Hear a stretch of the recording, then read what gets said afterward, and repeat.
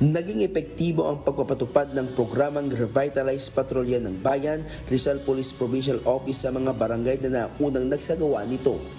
Ayon kay Police Colonel Felipe Maragun, Direktor ng Rizal Police Provincial Office, kapansin-pansin ang naging improvement sa bilang ng mga nabawas na street crimes mula noong ilunsad ang programa sa lalawigan ng Rizal. Ang napakaganda ng naging datos natin since nung nailons natin itong patrolya ng bayan sa buong mga munisipalidad ng probinsya ng Rizal. Almost 15 to 20% ang nabawas sa street crimes. And at the same time, nag-increase kami dun sa law enforcement operations.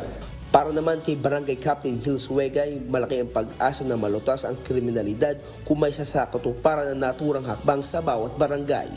Siguro, na-expect namin na talagang magandang tulong to sa barangay at malaking tulong to sa pamayanan ng mga barangay. At kung mai-apply to sa barangay, siguro mapapanatili natin ang katahimikan sa barangay.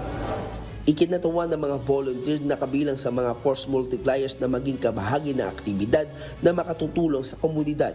Ang ina-expect po namin na makatulong po kami sa aming community sa